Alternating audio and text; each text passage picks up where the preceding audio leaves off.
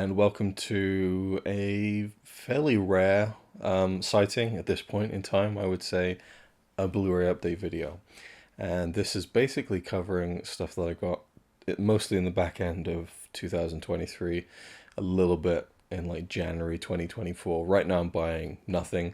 I get the Eureka releases in, of course, which I'm not including in this video because there's just so many of them and I talk about them frequently on the channel. So just take it as read that I'm getting all the Eureka releases and stuff and I'm constantly talking about them, making videos about them. So why beleaguer the point by showing them in my Blu-ray updates as well. With this, I'm going to say this is probably going to be the only update for 2024 because, yeah, not looking like I'm going to be buying that much this year. So this will be like the last of the big spenders. Not really, though. So there's some 4Ks, there's Radiance, which I'm looking forward to talking about a little bit. There was an indicator sale. There's some movie stuff with an interesting story. There's some Hong Kong stuff with another interesting story. So we're going to try and get through this. I haven't seen most of this, so I'm going to try and rattle through it at a fairly good pace. Because you know me, and I know me. We could be here for a very long time, so let's get into it. First up, we have the Oscar-winning Oppenheimer by Christopher Nolan. Absolute masterpiece, and this is a incredible 4K release. So I'm going to go through the very few 4K releases I grabbed in the past 6 months or so.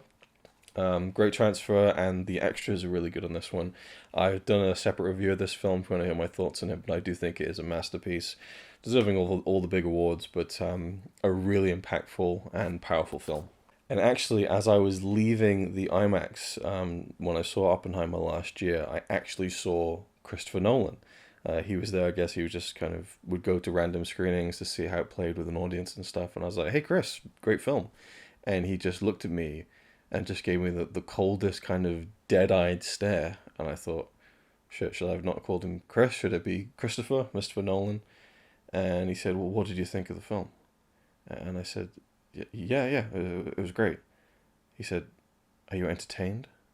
I said, well, I mean, kind of. I mean, it's a very serious subject matter. He said, are you not entertained?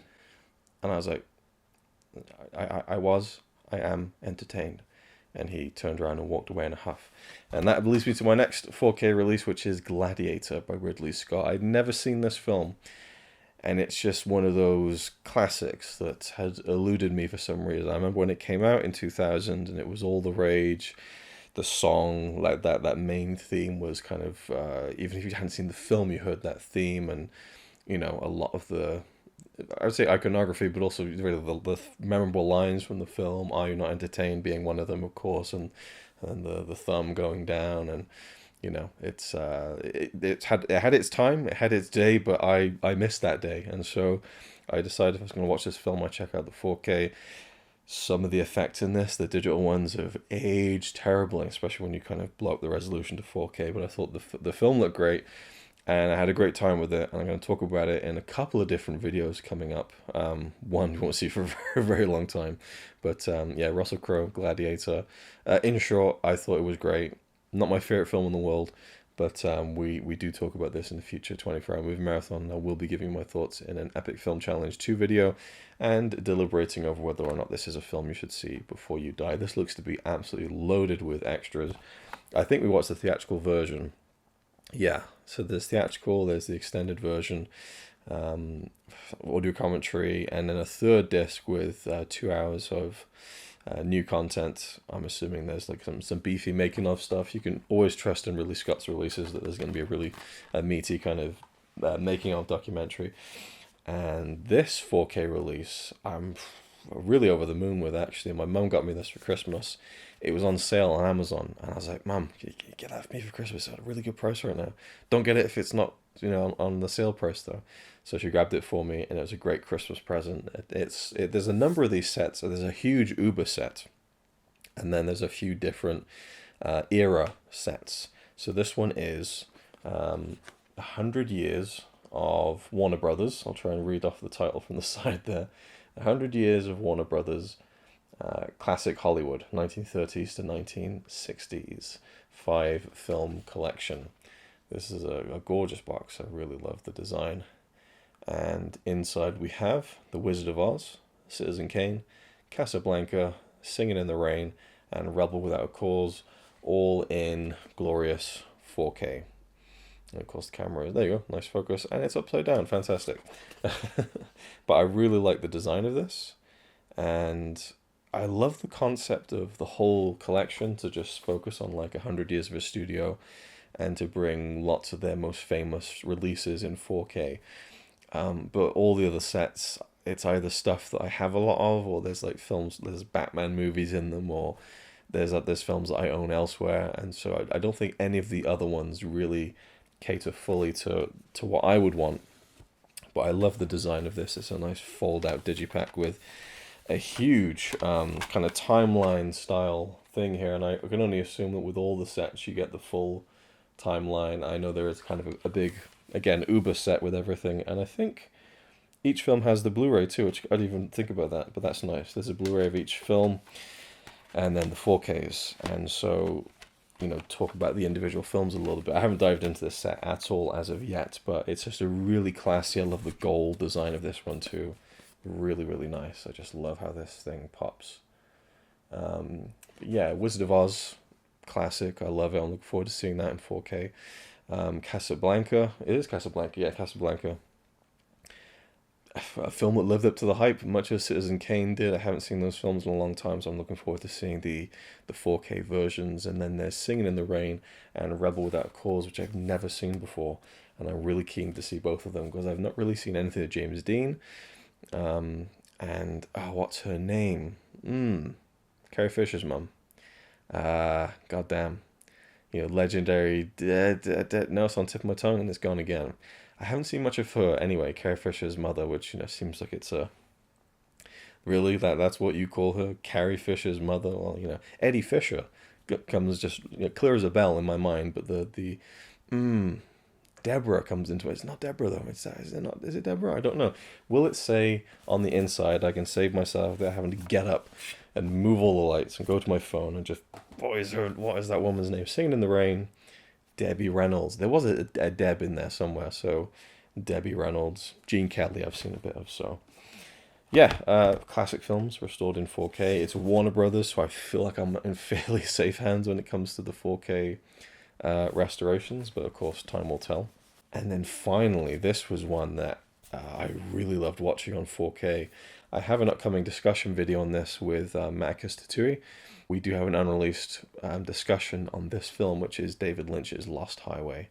So Matt actually alerted me to, I think it's called UK Boutique Blu-ray or something like that. There's like a website that's based in the UK, and they have a whole big store of American releases, so you can kind of buy it and get it like, you know, within a couple of days without worrying about import fees or anything. Very pricey, but I kind of plunked down for this, and I just thought that the 4K transfer on this film was gorgeous. You know, in the early sections of the film where Bill Pullman's character is kind of looking around his house in the middle of the night, and you just see the darkness of the corridor and just the slight, you know, visual of the two walls on either side, and it just goes into this abyss. That stuff was really great. I just thought the film looked incredible. I saw it in a new light, and it's a film that I have always enjoyed when I've seen it in the past, but this time it really was a different experience. So look out for that at some point when I put together the discussion we did for Lost Highway. This one has a really good feature-length documentary called Pretty as a Picture, The Art of David Lynch. I'll give you another look at the cover there. Really like that cover artwork. It's very, very nice. But yeah, it's a 1997 documentary that's kind of like a profile on Lynch, but also serves as a making of this film, because he was making this film at the time of the production of that documentary. I've seen it before, and I'm glad to own it on disc now, but it's a very, very good Lynch documentary. Those were the 4K releases. This one, I feel really bad about this, to be honest with you. So it is now March of 2024. I believe it was November last year that I was contacted by Fran from Radiance, and he asked if I'd review some of Radiance's Blu-rays on the channel. So I said, yeah, sure. And I was sent 4 films. The first one is The Dead Mother. And then the next one is Scream and Scream Again, which very much intrigues me because this stars Peter Cushing, Christopher Lee, and Vincent Price. What a trio of performers. We have Yakuza Graveyard, which is a Kinji Fukasaku film, Yakuza movie. And then finally, a Hong Kong kind of romance drama directed by Benny Chan, Moment of Romance, or A Moment of Romance. So, I've watched 2 of these. The other 2 I haven't. And it's been, 1, 2, 3, 4, 5 months. Yeah, real life got in the way. There was some, and still is some, family stuff going on that's very distracting. But I have been doing other things, but I've been watching films more that I really want to watch to distract myself. But there's no excuse really. I was sent stuff to review, and I kind of haven't in a timely fashion. These weren't new releases or anything at the time that he sent them to me, so I didn't feel like there was an immediate pressure. But I do feel like I failed the promise of covering these films on the channel, which is yeah, I feel shit about that. It is what it is. I will try to put together some stuff. I will say I really want to try and find the time to put together an in-depth review of A Moment of Romance, because I watched this with Connie, and she was like, oh, what kind of story is it, but we were both engrossed by this, and I actually think this is maybe like top 100 favorite films material. I absolutely loved it. Andy Lau, I've become a huge fan of over the past year or so. He's great in this. It's just the neon, the kind of it has an 80s feel to it. It was released in 1990, but there's like an 80s feel to it. There's neon, there's atmosphere, it's dramatic romance, and kind of melodramatic. I love melodrama, so I really love this. Great transfers. It must be a 4K restoration from the original camera negative. This looks incredible. And I think this has gone out of print now. This version has gone out of print, so it's, again, a redundant thing for me to kind of feature on the channel. So, Fran, if you ever do see this, I apologize. Sometimes shit happens, but I have no excuse for it, really. I hate, giving excuses, because there isn't one. That's just the reason. I've been kind of distracted by other things, and I just kept slipping my mind. So I will try to dig into the other ones. The other ones sounded interesting. So there's the one with the amazing trio of actors of Peter Cushing, Christopher Lee, and Vincent Price. I'd never heard of that one before. My mum kind of perked up when I told her about that one, because she loves those guys and the Hammer horror stuff. I don't think that's a Hammer horror film per se. Maybe it is. Let's see if it actually says on the back here or on the front. I don't believe it is Orion Pictures, so no.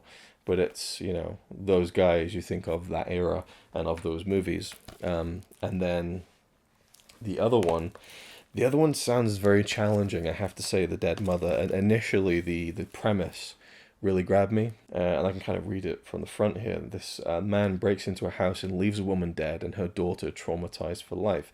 Years later, he sees the girl, and fearful she's recognized him, he kidnaps her with plans to extract a ransom from her hospital.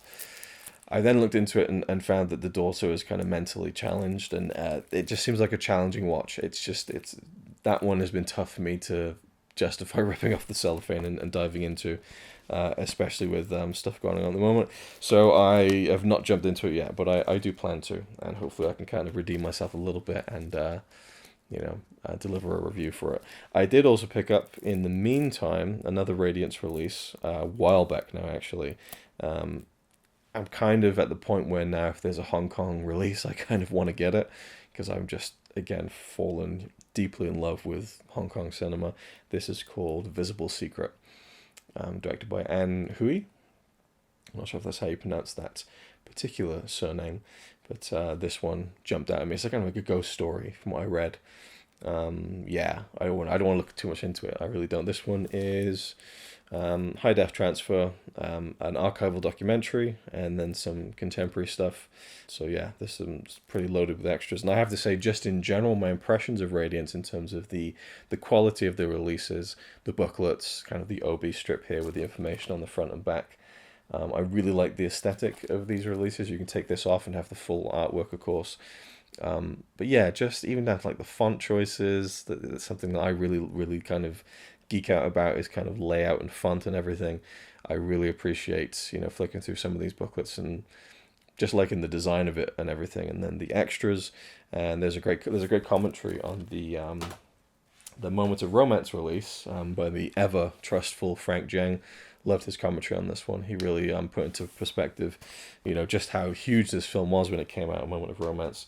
So extras wise, presentation wise, and especially with A Moment of Romance with the 4K restoration, very impressed with Radiance as a label in general. So moving on from that, I grabbed a few things in what's the name, FOP. In FOP in Covent Garden. Usually when I'm in London, I kind of swing by FOP. And so it was November 2023, I swung by FOP and grabbed a few things. I got a story about that, which I'm really still ticked off about. But this is one that I grabbed that was on offer for £8 from BFI. And there were so many BFI ones. I was like, ooh, I want to dive into some of that, but I couldn't go crazy, so I just only grabbed a few things. So this is, I know that see, NS Men would be how I pronounce it, but that's ironic. I almost pronounce as pronounce. Leave that in for free, as always. Well, not always. I cut out loads of shit that you don't know about, but sometimes I leave in the odd fumble. I think it's Ennis Main. I think that's how you pronounce it. There's a different pronunciation I remember hearing about, and then it's completely left my brain. So this is the new film, or recently new film from Mark Jenkin. I watched his, I think it's 2019 film, Bait, and have the BFI Blu-ray off somewhere. Incredible. He shot that with like an old camera on like film stock, silent, and I don't know if, I can't remember if he like intentionally damaged the film, but it is so dissonant in a way because you can kind of tell it's a modern shot film, but it looks like something filmed 80 years ago or something. And so I knew that he was now doing kind of a horror film, or kind of a thriller, so to speak. Yeah, this mind-bending folk horror set in 1973. I don't know too much about it. This one is absolutely loaded to the gills with extras. Like, they've just gone crazy with this one. And judging from the Bates Blu-ray, there must be a commentary with Mark Commode. Yep, commentary with Mark Jenkin, the director, and film critic Mark Commode. That's about hours and hours worth of stuff on this. It's crazy, and it feels weighty too. A nice booklet in there, probably dual format. So £8, you can't go wrong. I'm really excited to at some point check out Mark Jenkins' new film. I really love what he did with Bait. So to see one in color would be interesting, and just to appreciate that in high definition, it's going to be really cool. The next one, a bit of an intriguing one, this one. I never thought this would come to Blu-ray. I was thinking about this a couple of years ago. I thought, well, that film would never come to Blu-ray. And it is touted as an extreme comedy on the front. And the film is Twin Town. Pretty shitty city. I haven't seen this film. My dad quoted it a lot back when it came out. He had it on video. I saw bits of it. But never watched it from start to finish. Don't really know the plot of it, but it just feels like something as a Welshman I should see and should probably own at the same time. Rhys Ifans is in this along with his brother, I believe, and it's a Welsh film directed by Kevin Allen. Apparently, this has got a really good transfer. People on the Blu-ray.com forums are like, wow, this actually like a really decent high def transfer on this one. The only thing that I really know from this film, both as a quote and visual, there's a sequence where someone falls off a building or something, and this guy looks out of a window, and it's just one of the best line deliveries in a film ever, in proper thick Welsh accent. He looks down at this guy who's just fallen off the top of his building. He just goes, "You fucking twat." You fucking twat. It's just like, it's quintessential kind of Welsh verbiage, and just the intonation, the delivery is just perfect. And that actor used to come in my work a lot, like years ago, and he was always a miserable bastard. But that is just I've used it in a few videos, I think, the little clip of it. You fucking twat. Twin Town. Looking forward to eventually checking it out at some point. Now, Indicator had a sale, and there was a few really attractively priced things. There was one called The Swimmer, I think, with Burt Lancaster, I think, and I loved the sound of the story. I watched the trailer, I thought, I'm in on that one, and then it sold out as I had it in my basket. So I grabbed a few things. This one definitely kind of was not on my radar at all until I saw the massive cinema release of Run Man Run, the Sergio Solima film. This is The Big Gun Down. This is a Sergio Solima film, which is like, I mean, indicator. They always go above and beyond. But look, just look at this is just the extras. You know, it's a 2-disc Blu-ray, 3 different versions across both discs. It stars Lee Van Cleef and Thomas Millian, who is in Run Man Run. And so there were 3 films where he plays it was the Cuchillo character, and The Big Gun Down is one of them. So I'm not like the biggest Western guy, but this was fairly cheap, and I really enjoyed Run Man Run. I love Lee Van Cleef. This is just a great cover with him on the front. Really enjoyed Thomas Millian in Run Man Run, so this one was very attractive to me, so I thought I would grab that one. I've had my eye on this one since it was announced, purely because I'm a huge wrestling fan, and this just kind of intrigued me. This is Enter Santo, the first adventures of the Silver Masked Man. So this is a couple of films from the 60s, I think. Yeah, 1961 Mexican films. So the 2 of them are called Santo versus Evil Brain and Santo versus Infernal Men. So a 2-disc set, I believe. Yes. And again, oh, hello, laptop. And again, loaded with extras. I'm not going to go all in on all that kind of stuff, but I just intrigued by I don't know, it feels like it's kind of a grungy kind of wrestling movies, like lucha style. I don't know. I have no idea what to expect. And so, you know, there's a feature-length documentary, you know. I just don't know what to expect, but I'm really intrigued. And these come from like 4K restorations from the original 35mm negatives, so that's just, it's so fascinating to me that fucking James Cameron's blockbusters, kind of some of the biggest money makers of all time, are getting absolutely shafted on 4K Ultra HD discs with just these dog shit, like ridiculous AI slathered, you know, fake detail filled travesties on disc, and yet we have something like Santo versus the Evil Brain from 1961 in glorious, you know, 4K restoration for the original camera negatives. But that's what makes, you know, the boutique labels, you know, vital, I feel like, to physical media, film preservation, you know, just incredible. So very much looking forward to checking this out. There's a feature-length documentary on here as well, all sorts of stuff. Things about the making of the first 2 Santo films, and, you know, again, just loaded. Very, very intrigued by this one. This one, again, was really based on the price, and, you know, to go back to that whole analogy I've made time and time again about how boutique label Blu-rays and buying them can often be like an analog to how we used to rent videos from Blockbuster and video shops, because you can, you know, you like the cover and you can rent it and you can check it out, and then you take it back.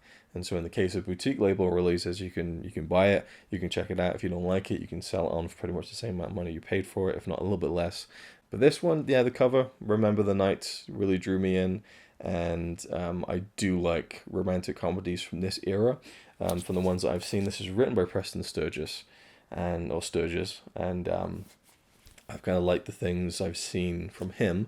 Barbara Stanwyck, Fred McMurray, these are actors that I've seen in other films before and enjoyed, but it also stars one of my favorites, Beulah Bondi. So once I saw that, and how cheap this was, and how many extras were on here, and a nice hard box set, I just thought, why not? It is what it is. That's the sickness of collecting. You find ways to justify the purchases that you make, I suppose. And this one, I kind of, you know, I love their big box sets, Indicator. I love the style of them. I love the idea of them.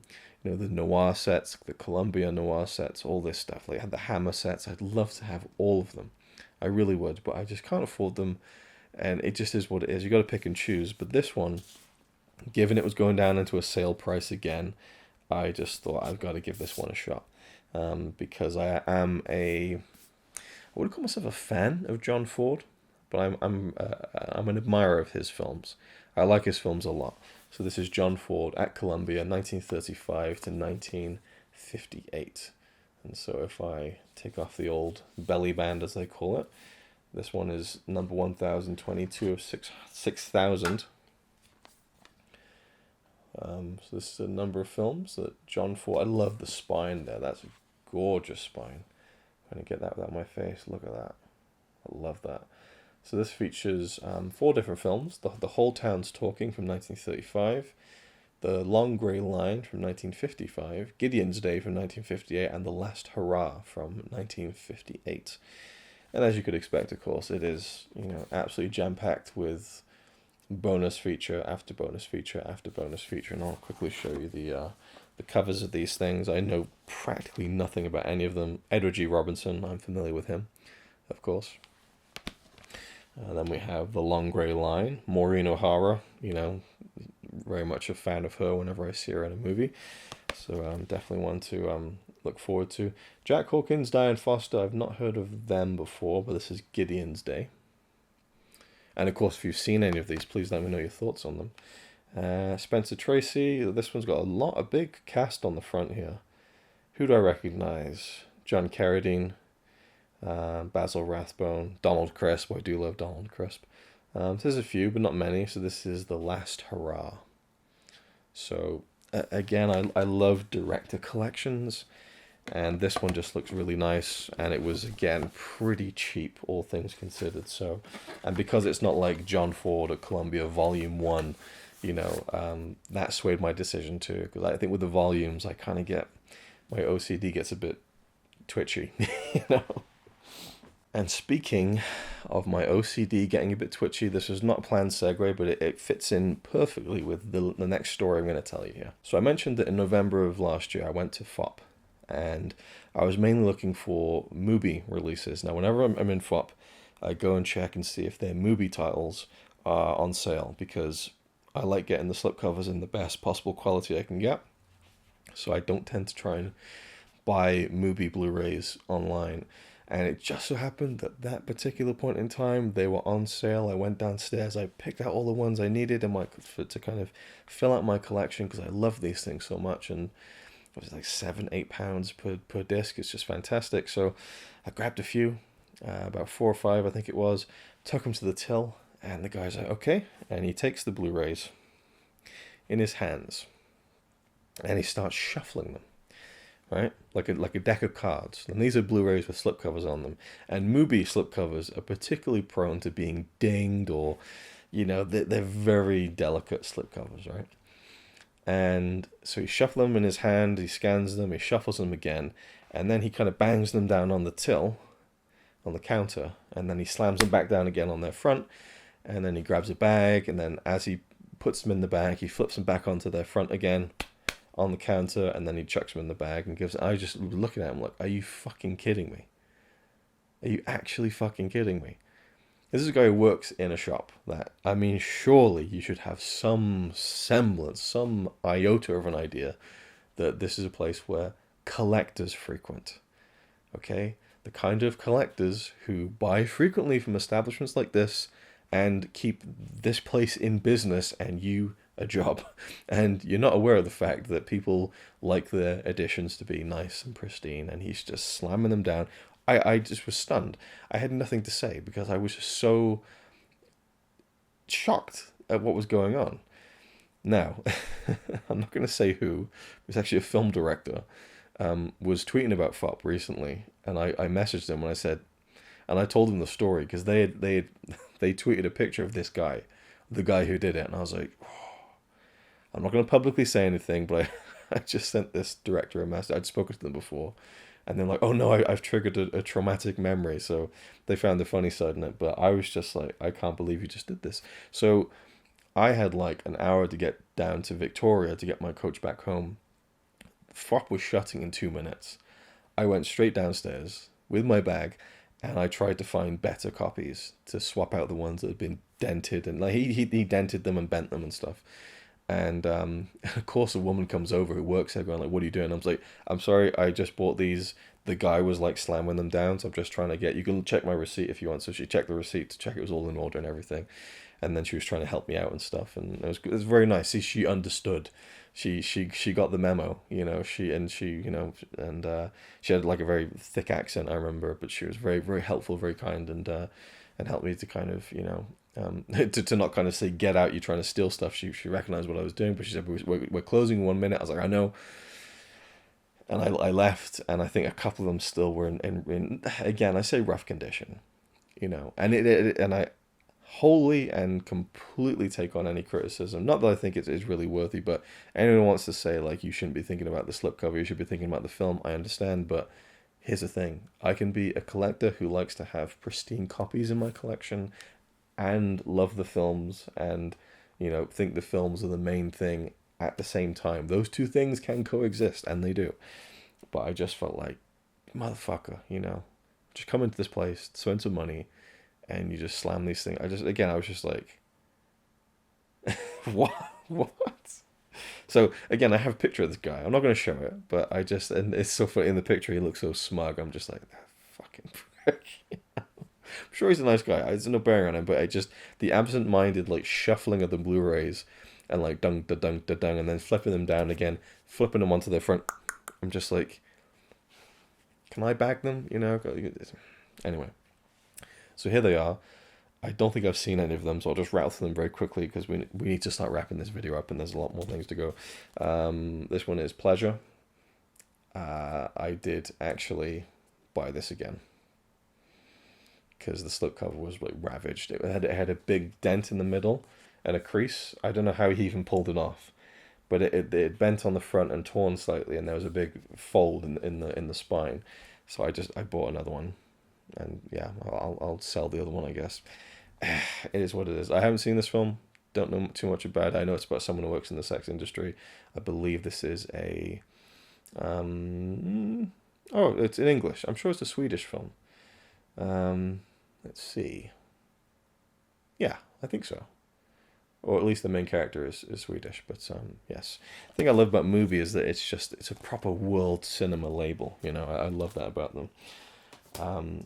Oh, and here we are. This is one that I was not sure about, but because I have almost all of them, or at least not really, I haven't bought any of the recent ones for a while, so I'm behind, but this is one that it might be a bit of a challenge to get through this one, but I want to give it a shot. It's from Jean-Luc Godard, The Image Book. So I thought I would throw that into the collection and at some point give it a watch. I do want to at some point do something with all these movie releases, maybe not too dissimilar from what I've done with the Eureka Masters of Cinema Ultimatum series. This one I'm very much looking forward to because it stars the wonderful Adele Exarchopoulos, who I loved in Blue is the Warmest Color. And I've often thought, where's she been for the past 10 years? But obviously she's been making films, but this one is The Five Devils. So, again, sight unseen, I just grabbed this, and it's in French film. And I'm just kind of intrigued to see anything that the actress does because I think she's just wonderful. And so very intrigued to see what performance from her looks like now, 10 years after that great film, Blue is the Warmest Color. This one, I don't know who has done this one. If it's also a Swedish film, you would assume so, given the kind of. But again, you've got like Tim Roth in this. This is a very varied kind of cast, but it is set on the island, which Ingmar Bergman, the legendary film director, had kind of lived on and made films on as well for a very long time. This is Bergman Island. And Vicky Krieps, who's incredible in Phantom Thread, and Tim Roth, I'm a big fan of.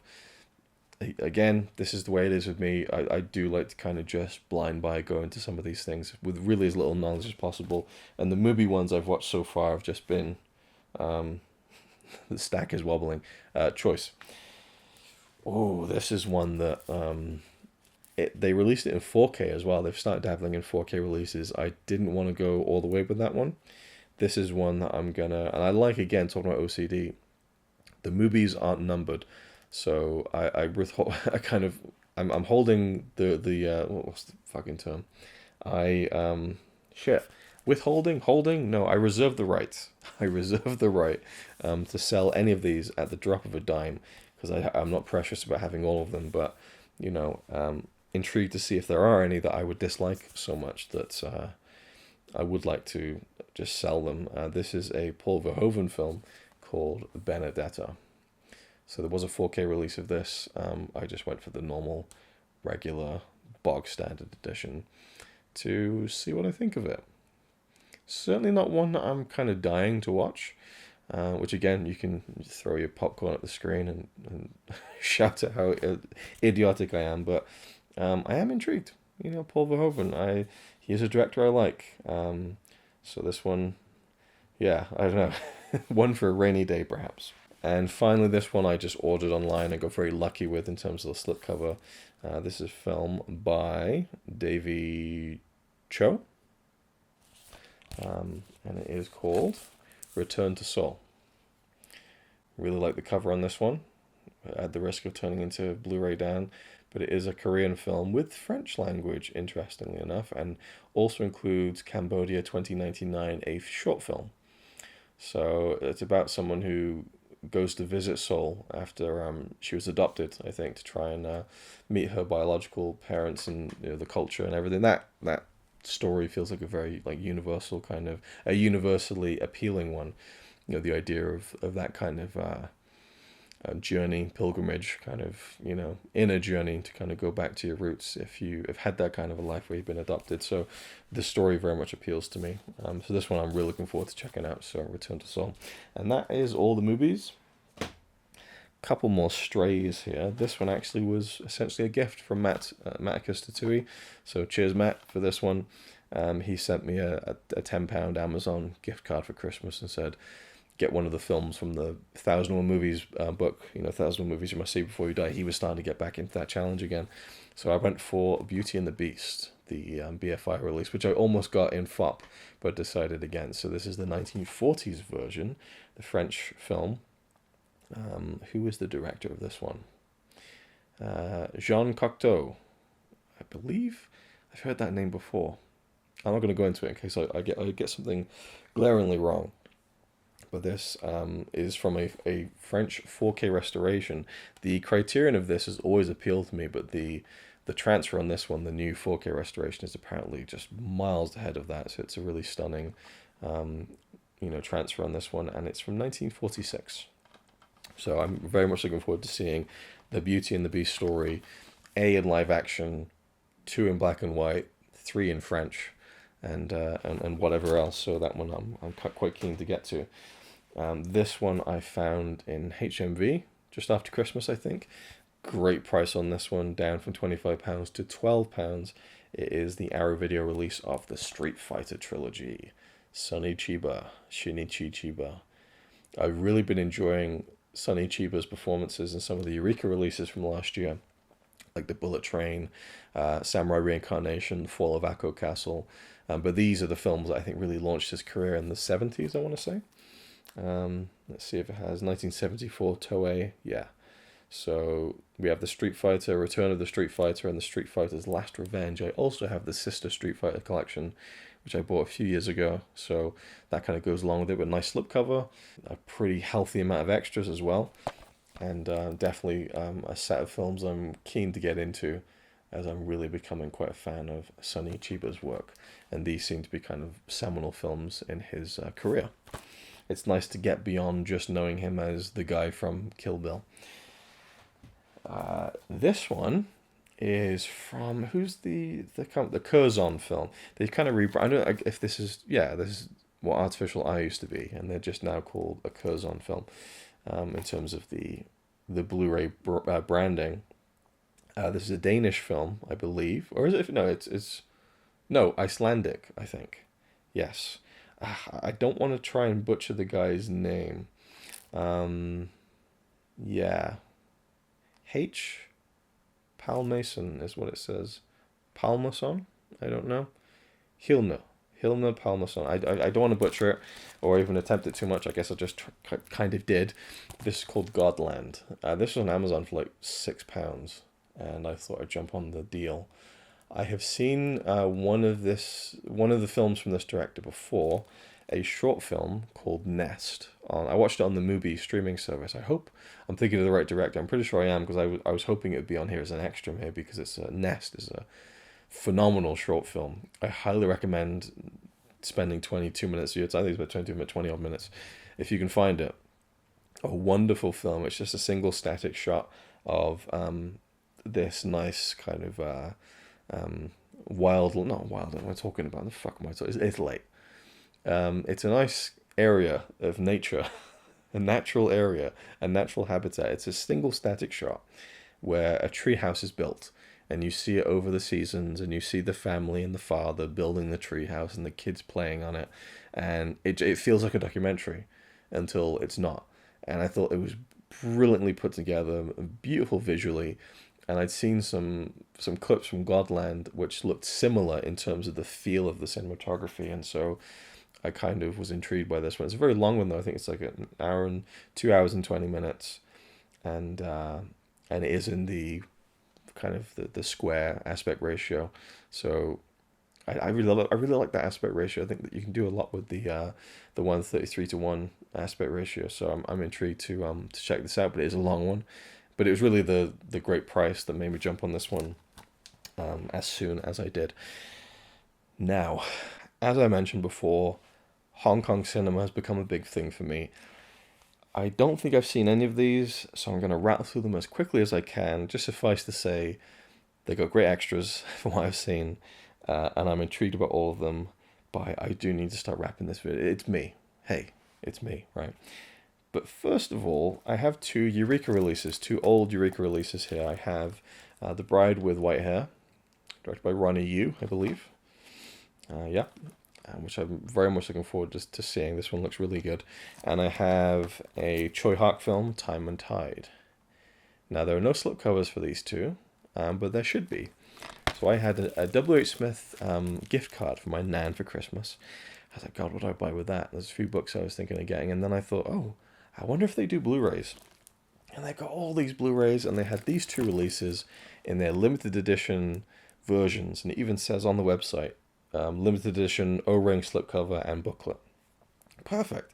Grabbed both of them, and they arrived with no booklet, no slipcovers. So I emailed W.H. Smith. I was like, hey, not as advertised. What's up? Okay, we'll look into it. Okay, fine. A couple of days later, any joy? Yeah, we're going to look into it. Okay, cool. After about a week, I said, are there any update on this? Yeah, we're going to check with the supplier.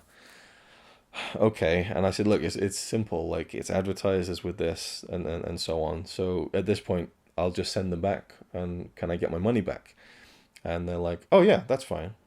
Okay, fine. So where do I send it to? And it came with this kind of label in the package with like the return address and everything. And they said, well, you can send it back using this, or you can just take them to your local W.H. Smith, and they will take care of it for you. And I said, okay, is that label something I should put on the package? They're like, yes, use that return label. Brilliant, okay. So I packed these two up, put them in the package, put the return labels. It was like a sticker on the package. Went to W.H. Smith. I was like, I just want to return this, please. And the woman was like, her eyes got really like, oh shit. And I was like, everything okay? She's like, 1 second. She's like typing on the computer. She tries scanning the postage label, nothing happens. And she's like, I was like, is there someone else here? Maybe who I could speak to? And she's just like, and I'm like, is it just you working here today? She's like, yeah. I was like, okay, I can come back. And she's like, okay, yeah, I'm Saturday. All right, so I came back on Saturday. There was a new person there. And he was like, oh, okay, he's trying to scan the thing. And he's like, oh, well, I don't know, because the returns thing is a different company. I was like, okay, so I can't send them back my local W.H. Smith. And he said, I'm not sure, to be honest with you. So I emailed them. I was like, okay, they say I can't send it to me, so what do I do? And they say, just take it to your local post office, and they'll send it off. Okay, fine. So I go to my local post office with the return label attached, and they're like, yeah, this isn't a postage label. This is, you need to pay for the postage. I just thought, motherfucker, out of principle, I'm not paying to send these back to get my money. It's just ridiculous. It had been over a month by that point. And I just thought, fuck it. I'm just going to live with the fact that these don't have booklets or slipcovers, and just watch them and enjoy the films. So there's an example of me just letting go of the collector side of it. Would I like to have them with slipcovers? Absolutely, but I can live without it, and I can live without the fucking hassle of trying to get just what I ordered as advertised. So if you're thinking of getting something from Double H Smith, I wouldn't recommend it. So we have some 88 films releases that I've been trying to keep up with over the past, again, 5 or 6 months. Long Arm of the Law, parts 1 and 2. Nice hardbox release with some audio commentaries and some 2K restorations on these two. These are meant to be pretty hard-hitting, kind of like crime movies. So there's not a huge amount of actors I recognize in this, which, you know, I could say for any Hong Kong film about a year ago, but now I've recognized quite a few faces, but this one seems fairly fresh to me. So definitely one I'm always, I mean, I could say the same for all of these. I'm looking forward to checking out all of them, but I should try and put this to the side because it kind of ties in with something else. This, I can now say I have a bit more of a kind of feeling of, oh yeah, I'm intrigued by these films for a number of reasons. We have the Fight Back to School trilogy. When this was first released, I couldn't justify the price because it's just 3 blue cases. And actually, I remember the online listing said no extras. There was no information about it anywhere. So I just thought it's a bog standard release. I'm not going to pay full price for it. It came down in price. There was a nice sale. And it came through, and there's commentaries, there's interviews on all 3 of them, reversible covers, so it's actually fairly more substantial than I thought it was. But the Fight Back to School trilogy, I believe they're all starring Stephen Chow, and I've now become kind of intrigued by Stephen Chow's work after seeing the Royal Tramp movies, From Beijing with Love, which is, I think, maybe one of the funniest films I've ever seen, so I'm intrigued to see more of Stephen Chow. I know Anita Mui's in one of these, and I love her so much, so that's exciting. But yeah, I don't know a whole lot about a lot of these films, and that's kind of how I like it, especially with these Hong Kong films where I know what to expect, kind of, but I'm always willing and open and excited to be surprised by these things. This one is like an independent release from what's their company's name? I think it's like Error 4444, something like that. So this is quite an intriguing release. I got this like last September, I think it was, and there's no way I can afford their releases now. Yeah, Error 4444. This is Fatal Termination. I think Moon Lee is in this one. And it says on the back here, some of the actors. Yeah. Or is she? I thought yeah, Moon Lee. Robin Shaw is in this one. Liu Kang himself. But this has a fairly infamous scene in it with a girl, a young girl who's being held by the hair of a speeding car, and it's just one of the fucking craziest things you've ever seen. And there's a nice slipcover that it comes with. And they're doing some really cool stuff. I was a little bit disappointed with the transfer on this one. It feels more like a kind of one of those fan restoration projects where they've just scanned in a negative, and it doesn't look anywhere near the refined quality of like the 4K restorations we're used to seeing. But you know, if that's the only way we can see films like this, I think it's fantastic, and I was happy to support the release. But I haven't fully watched it yet. I just had a look at the transfer and everything, some of the extras. But you know, if you're interested in that kind of very limited release and things that aren't getting released elsewhere, I would recommend giving Error 4444 a look. Speaking of Stephen Chow, I grabbed this one in HMV about 5 or 6 months ago. I think this is Forbidden. Leave them for free again. Forbidden City Cop with Stephen Chow. I really am just very excited by all of these, and I am actually planning some sort of series. I know, revolving around these films. So the more the merrier, and I think it should lead to a fun side series of sorts. But we'll watch this space. So I got 5 here that are all in the kind of the new style of slipcover that they're doing, which I love. It's kind of like they call them double walled. So I guess it just means the thickness is double, but they're thin cases. Black cases. I just love the feel of these, the kind of weight of them, and there's a whole bunch that I've been trying to keep up with. So we have Hard Boiled 2, The Last Blood, which is starring Alan Tam and Andy Lau, who I love, and this is the sequel to Hard Boiled that I think was released before Hard Boiled. Yes, it's not really a sequel. Kind of one of those things where they just kind of jumped onto the popularity of the film, I suppose, and directed by Wong Jing, who he's certainly a memorable director, I'll say that much. So these all come with there's usually Frank Jiang on there with the commentary and stuff, and some cool artwork by Sean Longmore, at least on this one. Very, very cool. We have some Jet Li action here in Last Hero in China. I'm becoming quite a fan of Jet Li as well. I love the three film Jet Li set that the Eureka released last year. That was awesome with Hitman, Dr. Y, and In the Scripture with No Words, and My Father's a Hero, which I loved. So Last Hero in China, this is one of his period films from the early 90s, I think it is. 'Cause that was kind of the period where he was, and this is another Wong Jing movie as well. So really nice, shiny slipcover, this one. I'm intrigued by these films. They're releasing like 4 of them, I think. So they're really ramping them up, and I might not be able to grab all of them now. But I got the first one, which stars a few people I'm familiar with: Billy Lau, Sandra Ung, and Cynthia Rothrock. The Inspector Wears Skirts. I do love the girls with guns genre that I've been enjoying over films like the In the Line of Duty series from Eureka. So this one is definitely one I wanted to check out. This one is loaded with extras as well. Very cool. This one looks super fun. This is another Wong Jing film. Who directed Inspector Wears Skirts? The HMV sticker is covering up the director spot. I want to see, are these all directed by Wong Jing? Which wouldn't surprise me given his output. No, it wasn't. This was directed by Wilson Chin. But this one is also Wong Jing, but I love the genre that it seems to be sitting in, and it has Andy Lau, who I love, Cynthia Rothrock, who I really like. Wow, I said really like them, and Shala Chung, who I also really like. This.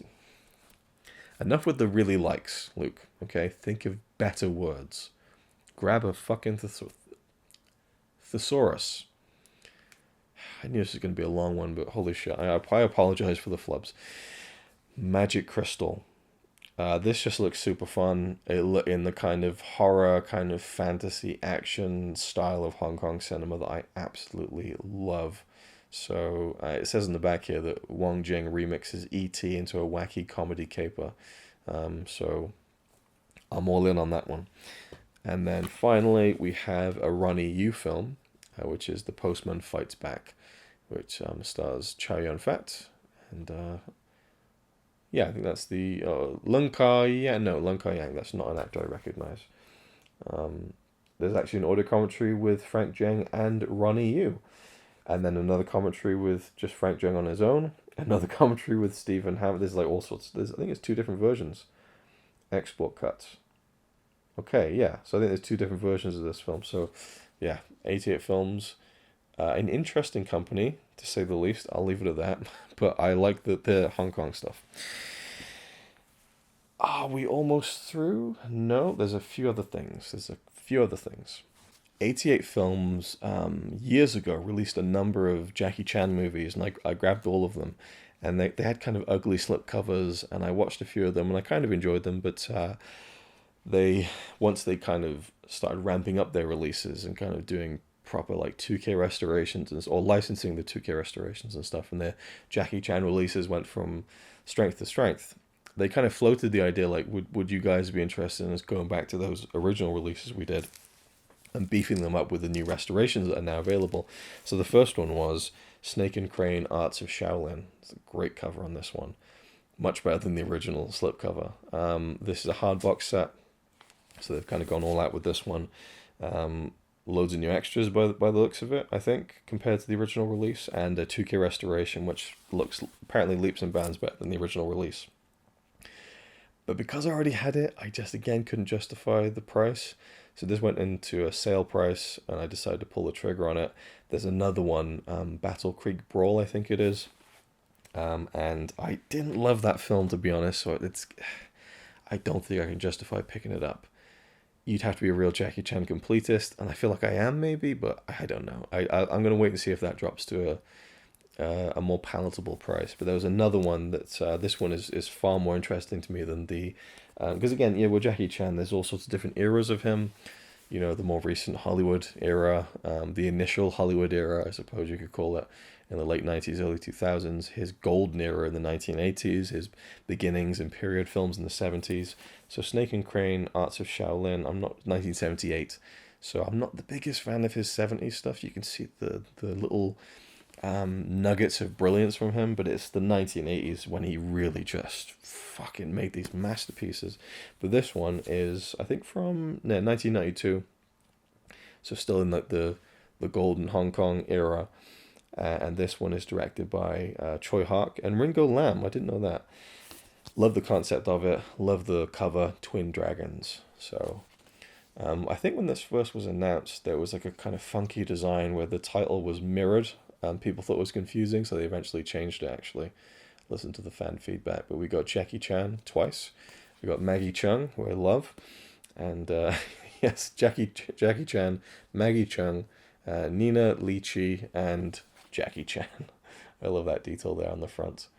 So yeah, this is meant to be a comedy with two different Jackie Chans. Again, I'm not going to look at too much into the finer details of the plot, but I'll watch it and I will enjoy it. And this might be included in a very special movie marathon video at some point in the future. I'll leave that one on that ambiguous note. And two more to go through. We have another box set from the incredible imprint over in Australia. This one just looks excellent. It's another big director, beefy director box set. We have directed by Sidney Lumet, Volume 1. Just awesome. Look at this thing. This thing is massive. Got 6 movies in here. And the usual, gorgeous hardbox treatment by imprint.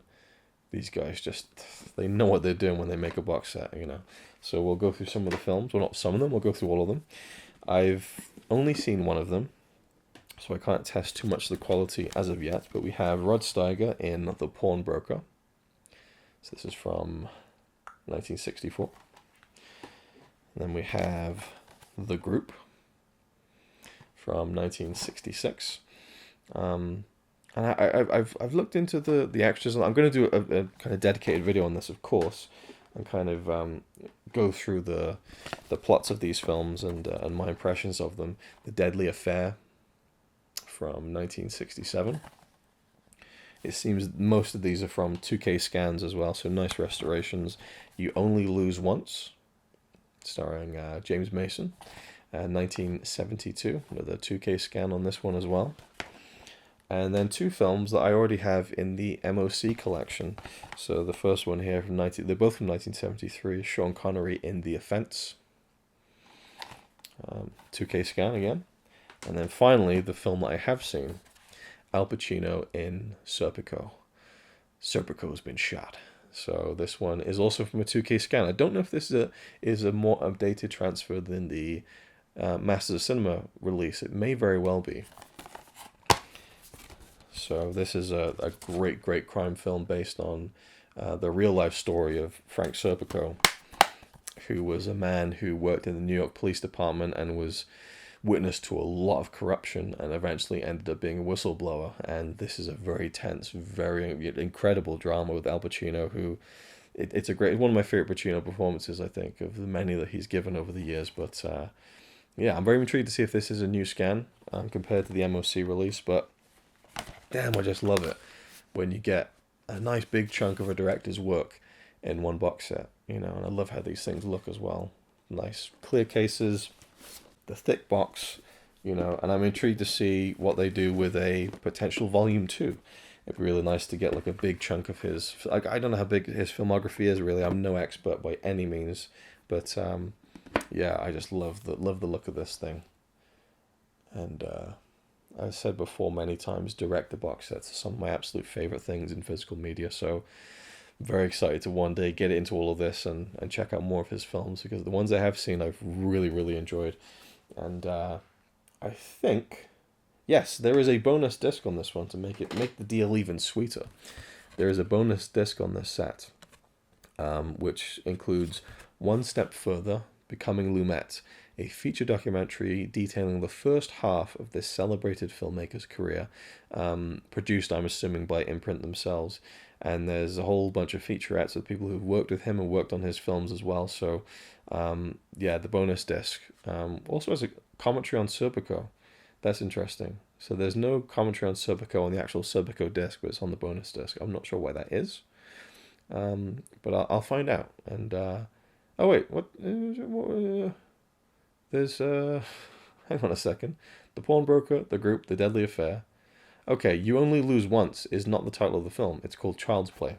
Let me look at that case again. See if did I just look at the front and not the actual spine. Yeah, Child's Play. Okay. You Only Lose Once. See, but what a rookie mistake right there. At least I caught it, huh? So it's actually Child's Play. Okay. Actually, the original Chucky movie. No, not really. At an exclusive boys' school, a new gym teacher is drawn into a feud between two older instructors and discovers that everything at the school is not quite as staid, tranquil, and harmless as it seems. Interesting. But yes, Child's Play, not You Only Lose Once. For a second there, I almost did think it was some kind of James Bond parody. Now, wouldn't that have been an interesting one? A Sidney Lumet James Bond parody film. Anyway, directed by Sidney Lumet, Volume 1. Rest assured you'll see another video on this at some point in the future. And finally, a bit of a strange one, but I bought a wrestling Blu-ray. It's been 10 years since me and Connie went across the Atlantic Ocean from Norway to the States. Went to New York. Then we went upstate New York, briefly over the border into Canada, in Ontario, to see Niagara Falls from the good side. Then we went down to Philadelphia, Washington, North Carolina, South Carolina, Atlanta, Florida. Met some YouTubers along the way. Went across then through Alabama and one of those other southern states, I think. And apologies if you're from the southern states. And we stayed in Alabama, Mobile, I think. Maybe it was just Alabama, and we crossed through another one briefly, and then to New Orleans for WrestleMania 30. So I think it's about high time, especially considering they've now halted and discontinued production on all WWE DVDs and Blu-rays. And this channel was founded on the back of making videos about WWE DVDs and Blu-rays, or DVDs to begin with. So this is WrestleMania 30. The 2-disc edition. So me and Connie have been working our way through this and kind of reliving the experience of going to WrestleMania through what the people at home saw. And it's been brilliant. At first I was going to watch a few matches, but then we've just been watching the whole thing and just each of our memories coming back and kind of discussing it. So we're going to do a video about that, and that'll be fun. But it's nice to have this pretty historic WrestleMania. I would say that not the greatest WrestleMania of all time, but I would say the most emotional WrestleMania of all time, to have the highest of highs in Daniel Bryan's big moment and the lowest of lows in the Undertaker streak being broken. So great to finally own this on Blu-ray and to chuck it on whenever I want to watch. The network I find spotty. I just do. So I like to just have the nice quality.